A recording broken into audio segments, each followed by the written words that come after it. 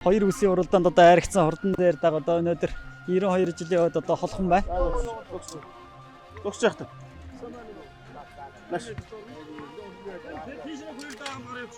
За яв. Тэрийг аваад шүү дээ. Уяас нь хаана байна? Баяр хүргэе. За баярлаа. Өөрийгөө сайхан танилцуулаарай. За би Өвс аймгийн Хараалын сумаас өрөлдсөж байгаа. Сумын алдар дэвэт цэрэн дөрж идэх юм байна. За зэр дагны удам уршил. Удам Өвс аймгийн Тэс сумын Баттэлгэр гэдэг нөө дөө. Тэгээ Баттэлгэр ахтаас баярлаа сайнаад өгсөнд. За зэр дагны одоо сайхан томоохон амжилтуудыг нь сайхан яриад өгөөч. За 109 аргийн 5, 59 аргийн 5 тэгээд жижиг наадам нэг 10 гаруй аригтаа.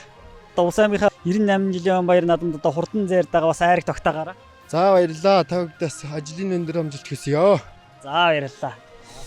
За өнөөдөр хурдан зэр дагаа одоо холхон байж төрүүлээ. Цэбан онцон байгуулагчны 92 жил ардын өсөлтийн нүгэн яриа одоо 102 жилийн баяр наадмын хурдан даганы уралдаанд энэхүү одоо Ус аймгийн Нарайлан сумын үеэс товчон нэрн нуржийн ярьдаг дагаа одоо 2 бүсийн надам тавсан юм чи өнөөдөр Улаан суманд одоо түрүү хүртлээ.